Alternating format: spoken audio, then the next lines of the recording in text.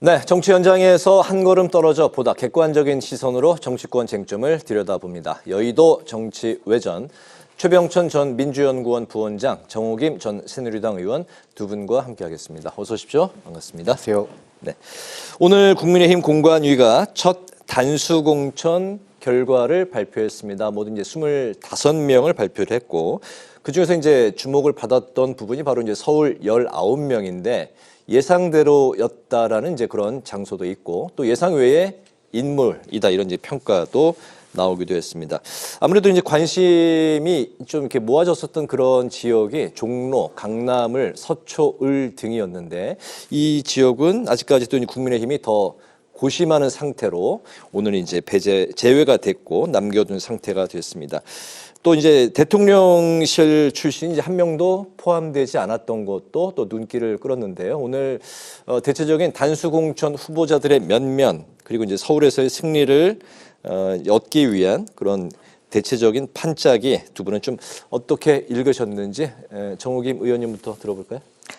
제가 볼 때는 크게 그 논란이 되지 않는 지역을 단수 공천한 것이라고 보고요. 네. 특히 서울과 같은 지역은 빨리 결정이 돼야 선거 운동에 뛸 수가 있고 또 사실은 지금 수도권이 4년 전에 굉장히 성적이 좋지 않았기 때문에 그래서 단수 공천을 서두른 것이 아닌가 이런 생각이 들고요. 네. 용산 출신은 한 명도 이제 포함되지 않았다 그러는데 사실은 서울이 그렇게 쉬운 지역은 아니지 않습니까? 네. 근데 이제 주로 이제 그 강남을이라든지 몇 군데가 있었는데 거기는 지금 뭐 외교부 장관 출신과 그 다음에 용산 비서관 출신이 지금 붙어 있기 때문에 두 사람을 재배치하겠다라는 말이 나오는 상황이고요. 네. 그리고 장관 출신 중에 기존에 자기 지역구를 갖고 있던 권영세 의원 같은 사람은 이제 단수 공천을 받은 것이고요. 그리고 이 공천이 우리가 피상적으로 보는 거하고 네. 또 내부적으로 누구와 가까워서 누구와 연결고리가 있는지 일일이 다 알 수는 없는 상황이니까는요. 그렇죠. 그런데 아무튼 오늘 단수 공천한 것에 대해서는 그렇게 여러 가지로 논란이 되고 있는 것은 아니라고 보여집니다. 네, 그렇군요. 네. 최 부원장님 어떻게 보셨습니까? 지금 이번에 발표된 거를 저도 이제 명단을 쭉 봤는데요. 네. 그 서울에 좀 많이 집중돼 있고 서울 중에서도 한강벨트에 많이 집중돼 있어요. 네. 그래서 이번 선거에 서울이 총 49석이 있는데 지난번에는 민주당이 41석을 먹었거든요. 그 네. 전체 49석 중에서 국민의힘이 이제 그 7석이 나머지를 한 거죠. 네. 그러니까 41대 8이 네. 지난번 이제 그 2020년 총선의 결과였었고 그래서 이번에 이제 한강벨트를 중심으로 단수공천을 대거한 거는 그리고 이제 뭔가 지난번 출마한 적 있는 사람들 네. 그리고 이제 지구당 위원장인 분들 그래서 크게 이제 말썽이 없거나 뭐 그런 분들은 대체로 이번에 쫙 공천을 하고 그리고 방금 이제 아까 용산이 이제 빠져 있었다는 얘기는 서울은 어떻게 보면은 약간 상대적으로 험지로 봐야 돼요. 네. 그래서 용산 입장에선 서울에 안 가고 싶을 수도 있어요. 네. 오히려 여기서 용산이라는 건 대통령실 그렇죠. 말씀하시는 대통령실. 거죠? 네. 뭐 용산에 물론 이제 권영세 의원이 네, 이제 네. 지역구로서 용산이 있고 단수공천 받았고. 대통령실로 보면은 그래서 오히려 용산을 어느 정도로 지금 평가하냐 네. 그리고 용산에 약간의 이제 뭐 배려를 하냐 안 하냐는 영남 공천을 어떻게 하는지 강남 3구 공천을 어떻게 하는지까지를 맞아 좀 봐야 될 것 같고 네. 다만 현재까지 오늘 발표된 것만 보면 최근에 국민의힘의 일련의 흐름이 낙동강 벨트, 한강 벨트, 경기도 수원 용인을 중심으로 한 반도체 벨트 네. 이 세 가지 벨트를 중심으로 하는데 약간 그 연장으로 보여진다. 어떤 이기는 공천을 하기 위한 약간의 좀 어떤 무난한 공천을 현재까지는 한 것 같습니다. 네, 국민의힘의 이제 공천 상황 살펴봤고 민주당도 이제 들여다보면 이재명 대표가 새술은 새 부대에 담아야 한다. 떡잎이 져야 새순이 자란다. 연쇄적으로 뭐 SNS에도 올리고 뭐 기자들이 있는 뭐 상황에서도 공개적으로 이런 이제 발언들을 하고 있는 상황입니다. 당 일각에서는 대표가 이제 직접 불출마, 당의 이제 중진들에게 연락을 해서 불출마 이제 권유를 하고 설득을 하고 이런 일련의 이제 행위들이 부적절하다는 의견도 나오고 또 이제 운동권 중진과 친문 컷오프를 위한 명분 쌓기다 이런 시각도 한편에서는 존재하고 있는 것 같습니다. 민주당의 이런 그 공천 물갈이의 폭 어느 정도로 이제 이루어질지 그리고 이제 이런 그 공천 물갈이 후에 후폭풍은 또 어느 정도일지 최 부원장님부터 들어볼까요? 지금 제가 보기에는 국민의힘과 민주당이 대비되는 상황인데요. 네. 국민의힘은 앞에서 말씀드린 것처럼 낙동강 벨트, 한강 벨트, 수원, 용인을 중심으로 한 반도체 벨트 하면서 뭐를 했냐면 박진 외교부 장관과 이원모 비서관 등을 네. 상대적으로 이제 대통령실 관계자이거나 정부에 관여했던 사람인데 이분들을 강남이 아닌 상대적으로 험지로 지금 재배치하고 있어요. 네.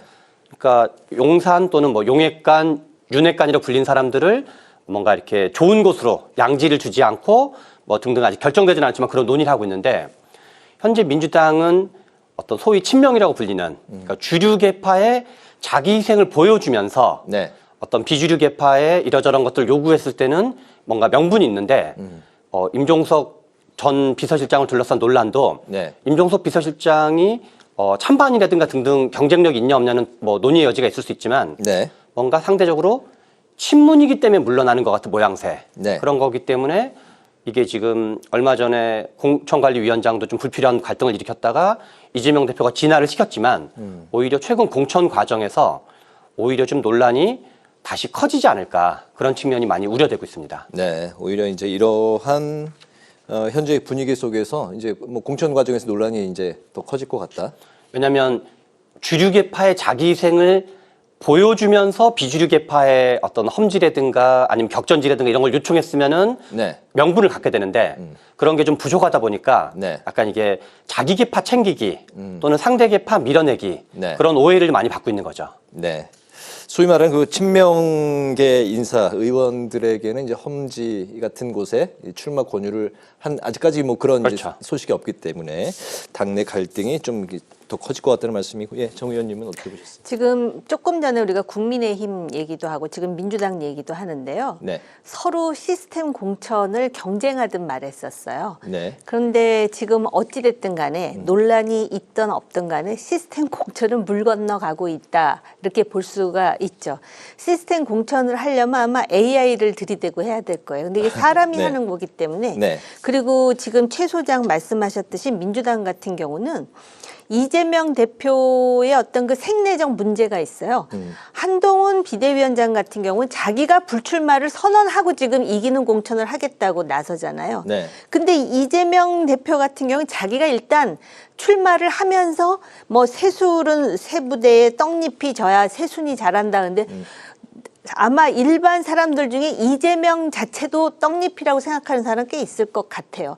근데 자기는 내려놓지 않고 지금 뭐 문학진 전 의원을 포함해서 뭐 몇몇 의원들한테 출마하지 말라 뭐 이렇게 얘기를 했다라는 게 지금 다 공개가 되고 있지 않습니까? 네. 그러다 보니까 단순히 친문뿐만 아니라 친명도 손을 대고 있다. 오로지 찐명만 남기려고 하는 것이 아니냐. 네. 이런 볼멘 소리가 지금 나오고 있거든요. 이재명 대표는 총선에 이기는 거는 따놓은 당상이라고 지금 생각하고 있는 것 같아요. 아, 그래요? 그런데 이미 지금부터 이렇게 여론의 추이를 보면은 민주당은 정체되고 있고 국민의힘이 지금 막 차고 올라가는 분위기가 감지되고 있음에도 불구하고 이재명 대표는 일단 이번 총선은 이긴다. 설사 이기지 않더라도 총선 끝나고 4개월 후에 당 구도를 재편할 때 이재명 중심으로 또는 친명계 중심으로 하겠다라는 생각이 앞서다 보니까 네. 벌써부터 파열음이 나오기 시작해서 민주당이 더 시끄럽지 않을까? 조심스럽지만 그렇게 예단하게 됩니다. 이재명 대표가 이번 총선에서 민주당이 승리할 것으로 생각하고 있는 것 같다고 이제 정 의원님이 말씀하셨는데 거기에 이제 동의하시는지 그리고 그 물갈이 폭이 좀 어느 정도 좀 될 거로 지금 보십니까? 우리가 국민의힘 쪽, 그러니까 제가 보기에도 판을 어떻게 보고 있는가. 네. 지금 민주당 지도부가 바로 얼마 전까지 뭐 과반은 마치 떼어놓은 당상인 것처럼 생각하는 게 이재명 지도부뿐만 아니라 당 전체에 약간 좀 만연한 경향이 있었거든요. 이재명 대표가 151석이 이제 목표라고 했죠. 그렇죠. 네. 그래서 이제 공개적으로 그런 말씀을 하시긴 했지만 실제로 당 분위기는 강서구청장 재보궐선거에서 18%포인트로 이긴 뒤로 네. 약간 지나친 낙관론이 좀 이렇게 과도하게 만연해 있었다 그럴까요? 네. 그리고 현재도 좀 약간 좀 너무 유리하게 보고 있는 거 아닌가 판을. 네. 방금 우리 정 의원님 말씀하신 것처럼 정당 지지율이 민주당은 정체 또는 하락하고 있고 네. 상대적으로 네. 최근에 이제 국민의힘이 정당 지지율 쫙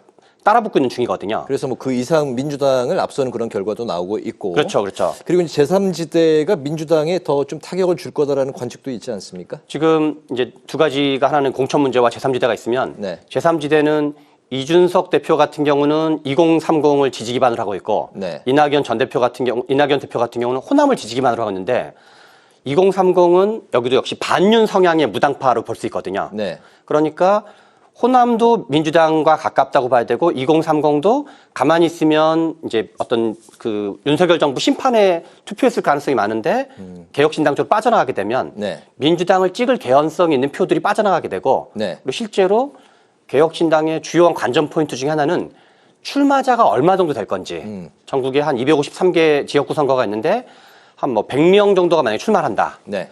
그러면 그리고 수도권에 많이 몰려 있다. 그러면은 민주당은 아무래도 거기서 아주 많은 득표를 못한다 하더라도 네. 5 내지 10% 정도만 다 가져가도 민주당 입장에서는 지난 총선 때 5% 미만으로 이겼던 데가 한 40여 군데 정도 된다 그래요. 네. 그런 식으로 이제 타격을 받게 될 거고 공천도 지금 아무래도 이제부터 오히려 공천이 좀 논란이 진화되는 게 아니라 점점 커질 것 같은데 네. 이게 전대협 출신의 친문을 밀어내고 상대적으로 다른 학생운동 한 뭐 40대 50대 새로 친명 계열의 학생운동 출신을 새로 넣는다 그래서 국민들이 그거를 새 인물로 봐줄 건지 그게 아니라 뭔가 운동권 청산을 얘기하는 거에 제대로 맞불을 놓으려면 국민들이 보기에 좀 참신해 보이는 네. 분야별 전문가가 됐건 기업을 활동하시는 분들이 됐건 야 민주당이 저런 분들도 해? 저런 분들도 모셨단 말이야? 이런 분들을 그러니까 밀어내고 공천해야지 이게 개파 활동으로 안 느껴지는데 네. 지금은 이제 어떤 좀 이러나 저러나 개파 활동으로 느껴지는 거죠. 네, 알겠습니다. 여야 간에 어쨌든 이제 공천 상황을 이제 두고서 여당은 재배치, 야당은 인적 쇄신을 이제 강조하고 있는 상황인데 하지만 이제 국민의힘이 이제 대표적으로 중구, 성동, 의뢰 전 현직 의원 3명이 이제 공천 신청을 한 상황에서 재배치를 하려다가 이제 해당 의원들은 이제 반발에 부딪힌 상황이고 또 이제 조혜진 의원은 김해을 지역구에 출마하겠다 이제 입장을 밝혔지만 예정됐던 기자회견이 그 해당 지역구의 반대로 취소가 되기도 했습니다. 민주당 역시 뭐 아까도 이제 그 말씀드렸습니다만 이재명 대표가 직접 이제 중진 의원들에게 불출마를 요구하고 있는 이런 상황. 시스템 공천이라고 여야 이제 공이 이제 그 강조를 하고 있지만 과연 이런 상황에서 시스템 공천이 이루어지고 있는가에 대한 또 의문점이 들고 있는 것도 사실이고 정 의원님이 아까 시스템 공천은 좀 물 건너 갔어요. 물 건너 지금. 갔고 AI라면 모른다라고 말씀하셨는데요. 이 지점은 어떻게 보고 계세요? 왜냐하면은 지금 일단 출마하고자 하는 사람은 굉장히 많습니다. 특히 당선 가능성이 높을수록. 그런데 한 명만 공천을 해야 되는데 원래 시스템 공천이라는 거는 그 경선을 붙여야 되잖아요. 네. 그런데 민주당 같은 경우는 당대표가 나서서 전화해가지고 너 나오지 말라고 지금 이러는 상황이고 그다음에 국민의힘 같은 경우는 이미 단수 공천이 19군데나 있고요. 그런데 아까 말씀하셨듯이 정말로 지금 용산 쪽 인물들이 얼마만큼 공천되느냐 또는 뭐 거의 다 친윤이라고 할 수 있겠지만 이거는 PK나 TK에서 어떤 사람들이 되느냐에 따라 달라지는 상황이거든요. 네. 그렇기 때문에 제가 볼 때는 시스템 공천보다도 과연 유권자들이 볼 때 잡음 없는 무난한 공천이냐의 여부가 굉장히 중요할 것 같아요. 4년 전, 8년 전의 사례를 보더라도. 네. 그렇게 본다면은 지금 시스템 공천이라는 건 거의 공연불화되어 있고요. 그런 상황에서 몇 가지 이제 잣대는 있죠. 예를 든다면은 민주당 같은 경우는 임종석 정치인이 과연 공천을 받을 것인가 아니면 다른 지역으로 재배치될 것인가. 네. 또 이제 그 국민의힘 같은 경우는 예를 든다면 박진 전 장관이 어떤 지역에 공천을 받을 것인가. 이인모 비서관, 주진우 비서관은 또 어느 지역으로 갈 것인가.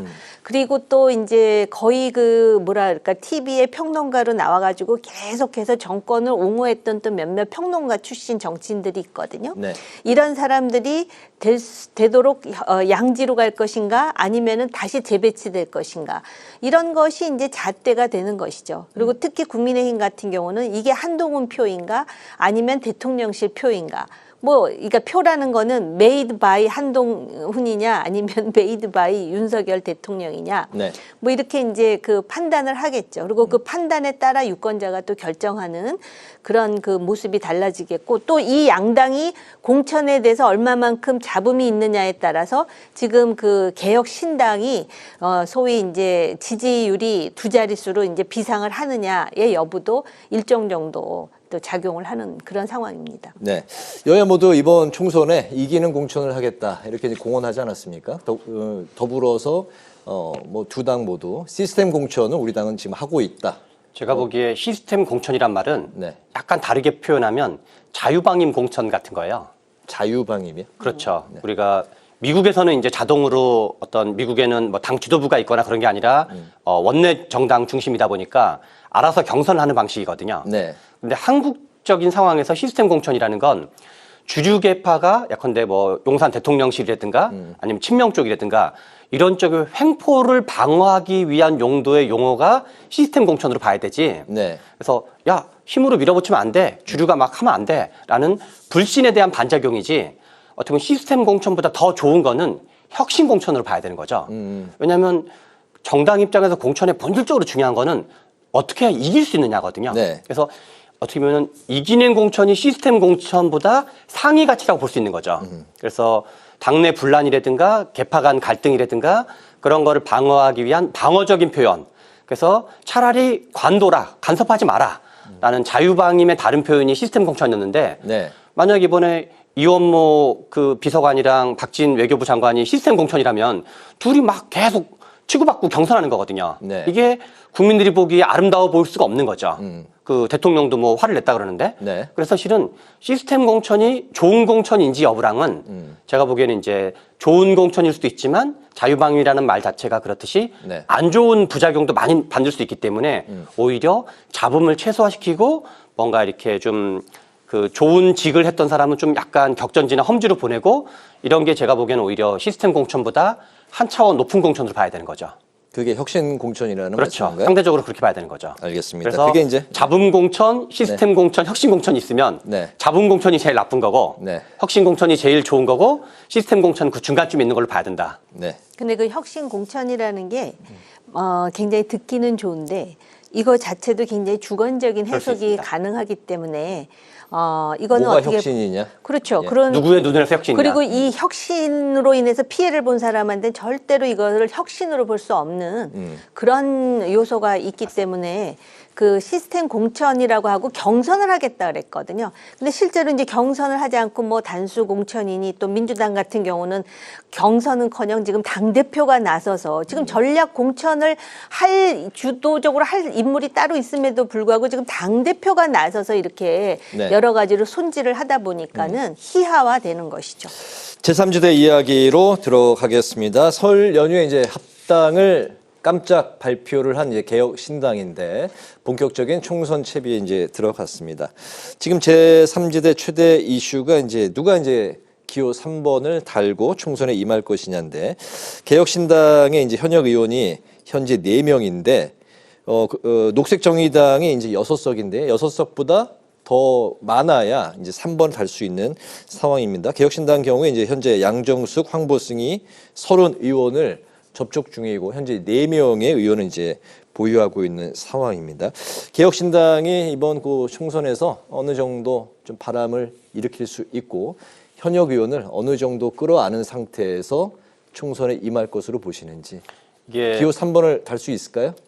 기호 3번은 좀 가봐야지 알 것 같고요. 네. 지금 국민의힘이나 민주당에서는 개혁신당의 이탈을 막으려고 여러 가지 고민을 해가지고 이탈하기 어려운 식의 구도를 만들고 있거든요. 네. 예를 들어서 민주당에서 곧 이제 하위 20% 컷오프를 이제 하위 20%를 발표를 하는데 네. 그러면 컷오프를 시키는 방식이 아니라 그 일종의 이제 그 감점을 주는 방식이에요. 네, 그래서 네. 뭐 하위 10%에 속하면 마이너스 30%를 감점을 주고 하위 20%에 속하면 마이너스 20% 감점을 하면 그러면은 이게 현역 의원 입장에서는 네. 야 내가 마이너스 30%로도 한번 붙어볼 수 있는 거 아니야?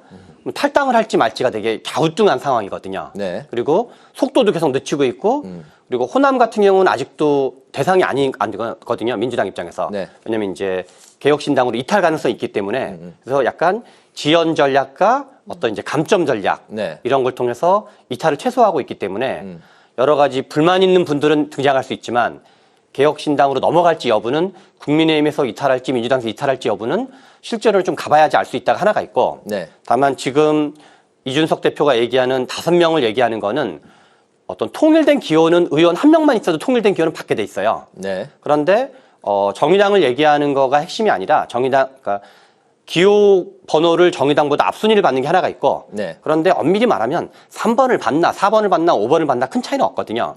그거보다도 5명을 넘어가면 정당 국고보조금의 금액이 점핑을 하게 되거든요. 네. 한 25억 정도로 보통 이제 알려져 있는데 그래서 실은 요 며칠 그러니까 오늘이 아마 오늘인가 내일인가가 마지막 날일 텐데요. 내일까지요. 예. 그 한 명을 딱 영입하는 순간 해야 6억을 확보할 수가 그렇죠. 있고. 이분 덕택에 비용이 한 25, 그러니까 아무튼 훨씬 더 많은 금액을 이제 받게 되는 거죠. 그 정당 국고보조금. 네. 그래서 현재 오늘 내일 영입 논란이 되고 있는 건 정당 국고보조금 문제가 일단 핵심이다라고 볼 수 있습니다. 네네. 선거 보조금에 대해서 이야기를 이제 하셨는데 뭐 정당을 또 운영하려면 필수적으로 이제 그 보조금을 받는 게 상당히 이제 유리한 상황이겠죠. 뭐 국민의힘의 이제 뭐 현역 의원도 그렇고 민주당의 현역 의원 어느 정도로 합류를 할까요?